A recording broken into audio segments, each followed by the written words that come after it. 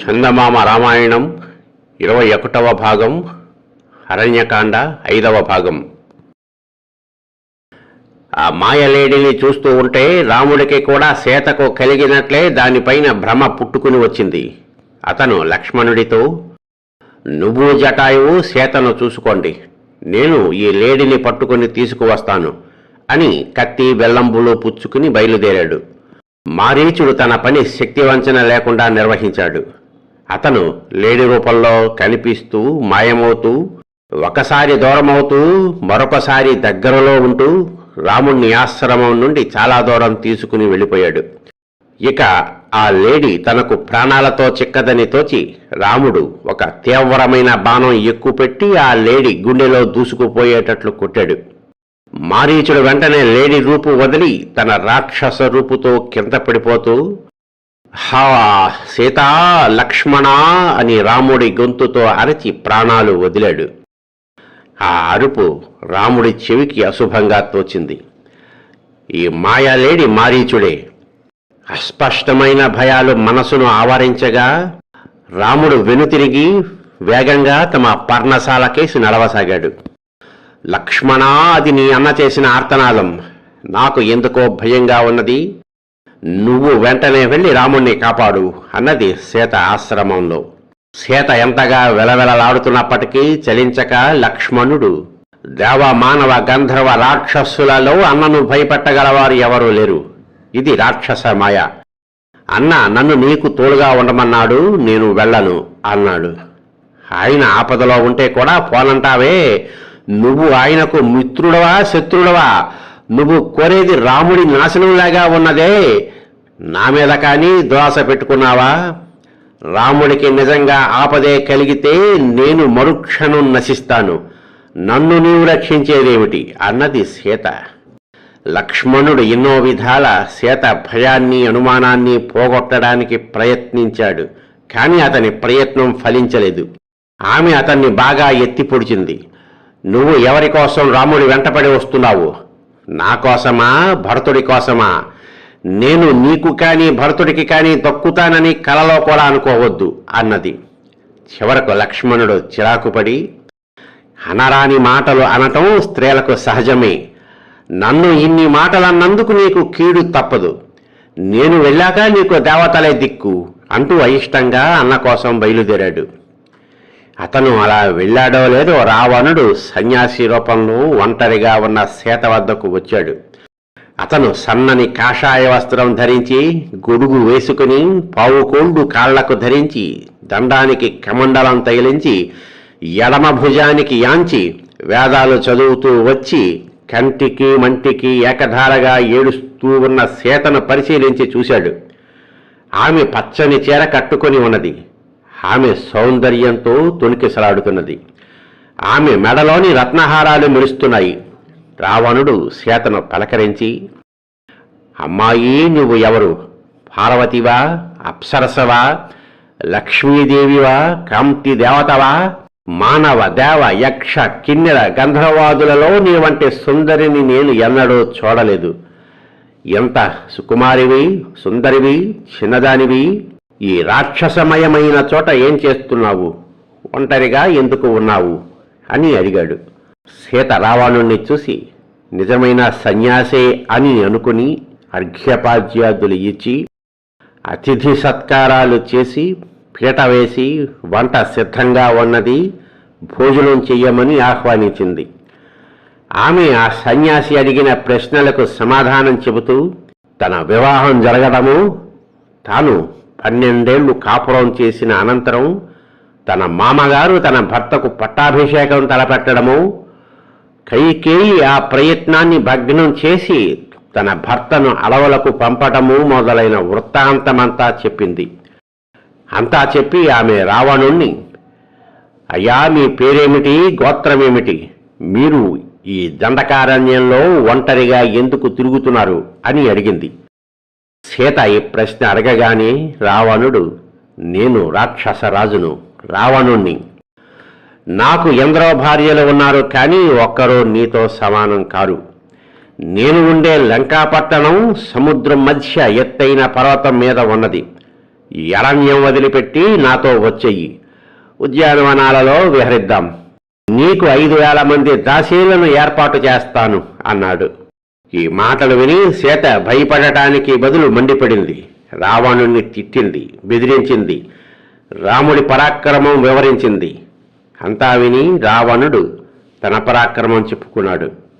తాను కుబేరుడి తమ్ముణ్ణని, కుబేరుడి పుష్పక విమానాన్ని లాక్కొన్నానని, తన పేరు చెబితేనే సమస్త దేవతలు భయపడతారని అన్నాడు. రాముడు అసమర్థుడు కనుకనే రాజ్యం వదిలిపెట్టి అడవులలో అష్టకష్టాలు పడుతున్నాడు అని అన్నాడు. నువ్వు రాముడికి భయపడి నాతో వచ్చేయటానికి జంకుతున్నావేమో. నా వెంట ఉంటే నిన్ను రాముడు ఏమీ చెయ్యలేడు. అతను నా గోటికి సరిపోడు అన్నాడు. కుబేరుడి తమ్ముణ్ణని చెప్పుకుంటూ నీకు ఇలాంటి పాపపు బుద్ధులు ఎలా వచ్చాయి? నీకు ఈ పరస్త్రీ వాంఛ పోకపోతే నువ్వు నీ రాక్షసులు నాశనం కాక తప్పదు అన్నది సీత. రావణుడు మండిపడి చేతులు చరచి తన నిజరూపం ధరించి భయంకరంగా సీత ఎదుట ప్రత్యక్షమయ్యాడు. అతని కళ్ళు చింతనిప్పుల్లాగా ఉన్నాయి. శరీరం నల్లగా ఉన్నది. చెవులకు బంగారు పోగులు ఉన్నాయి.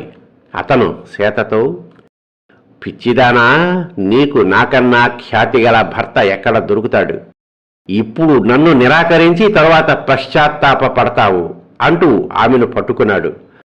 ఎడమ చేత్తో సీత జుట్టు, కుడి చేత్తో తొడలు పట్టుకుని రావణుడు ఆకాశానికి ఎగిరాడు. సీత గిలగిలా తన్నుకుంటూ రాముణ్ణి కేకపెట్టింది. లక్ష్మణుణ్ణి పిలిచింది. రావణుడు సీతను ఎత్తుకుపోయాడని రాముడితో చెప్పండి అని చెట్లతో మొరపెట్టుకున్నది.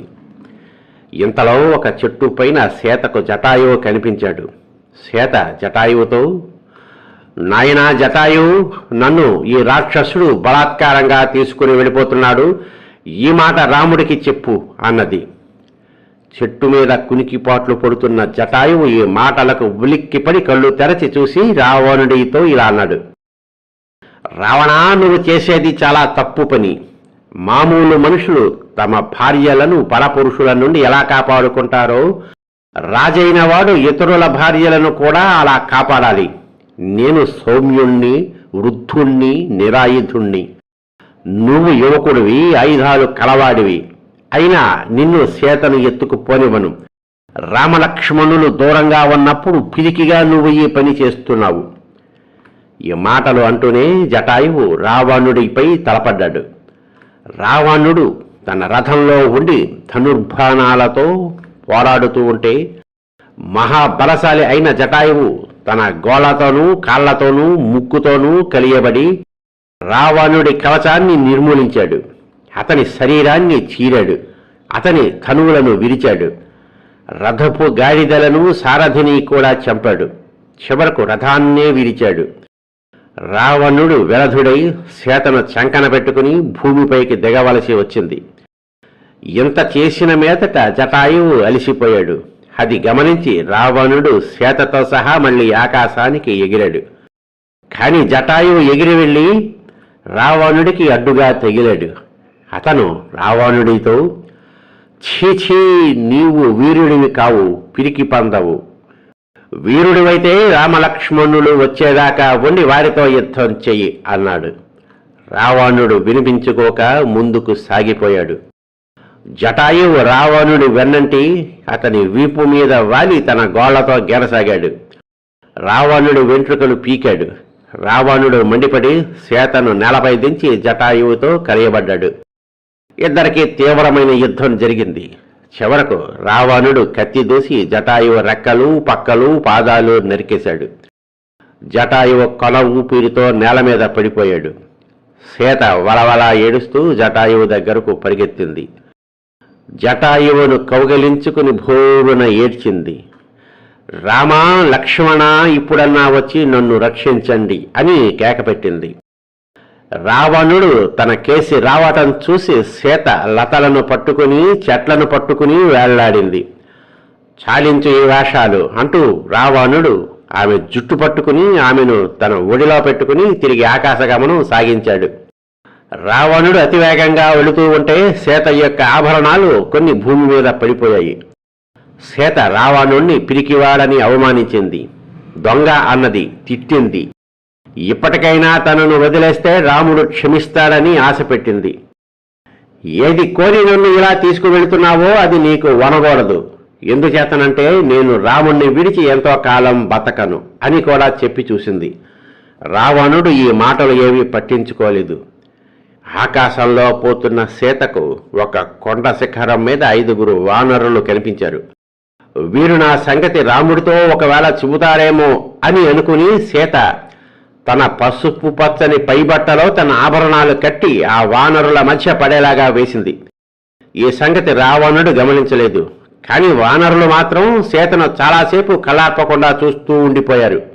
రావణుడు పంపా సరస్సు దాటి సముద్రాన్ని చేరి దాన్ని కూడా దాటి తన పాలిటి మృత్యువైన సీతతో సహా లంకను చేరాడు. లంకాపురం అతి అందమైన నగరం. అక్కడి రాజమార్గాలు తీర్చిదిద్దినట్లుగా ఉంటాయి. అనేక ప్రాకారాలతో కూడి ఉన్న అంతఃపురంలోకి రావణుడు సీతతో సహా ప్రవేశించాడు. అతను భయంకరాకారాలు గల అక్కడి రాక్షస స్త్రీలను పిలిచి, నా అనుమతి లేకుండా ఒక పురుషుడు గాని స్త్రీ గాని ఈ సీతను చూడడానికి వీల్లేదు. ముత్యాలు కాని, రత్నాలు కాని, బంగారం కాని, బట్టలు కాని, ఈమె ఏమి కోరితే అది ఎలా నాతో చెప్పకుండానే ఈమెకు ఇచ్చేయాలి. ఈమె మనస్సుకు కష్టం కలిగించే మాట ఒక్కటంటే ఒక్కటి ఎవరైనా అన్నారో తక్షణం వాళ్ళ ప్రాణాలు తీస్తాను అని హెచ్చరించాడు.